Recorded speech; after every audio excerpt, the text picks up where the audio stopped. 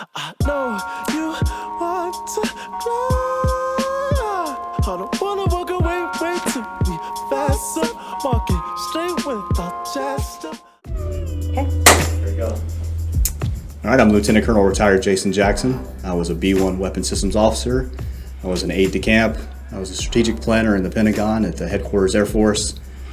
Commander twice of Tactical Air Control Party units, and a war planner down at CENTCOM in MacDill Air Force Base. All right. My name is Lieutenant Colonel retired Charlotte Jackson. I was a C-9 pilot and a C-130 pilot in the Air Force. Then I became an Air Force reservist and was an airlift execution and planning officer while in the reserves. And then I became a pilot for SkyWest, flew the CRJ 200, 700, and 900. And now I fly for Delta as a first officer on the 757 and 767. Now the pros and the cons of being a fighter pilot. So those guys will fly sorties and they're like, I flew a 0.7 today, I flew a 1.1.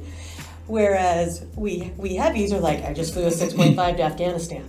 So there are pros and cons. Now, coming out of the Air Force, and I don't know from an HR perspective as far as, because a fighter guy is only going to have maybe 2,000 hours, whereas a heavy guy coming out might have 4,000 hours.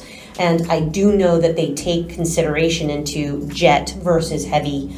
And I know that the military were able to change our equation just a little bit because we don't count taxi time. It's just flight time in our book. So we're able to add a point Three. to each sortie to allow for taxi time, but that doesn't help the fighters that much. But it is considered when Delta's looking at a resume and they're like, this guy's only got 1,000 hours. Oh wait, he was an A-10 pilot versus this guy who's a C-17 and he has 3,000 hours. So that is taken into consideration.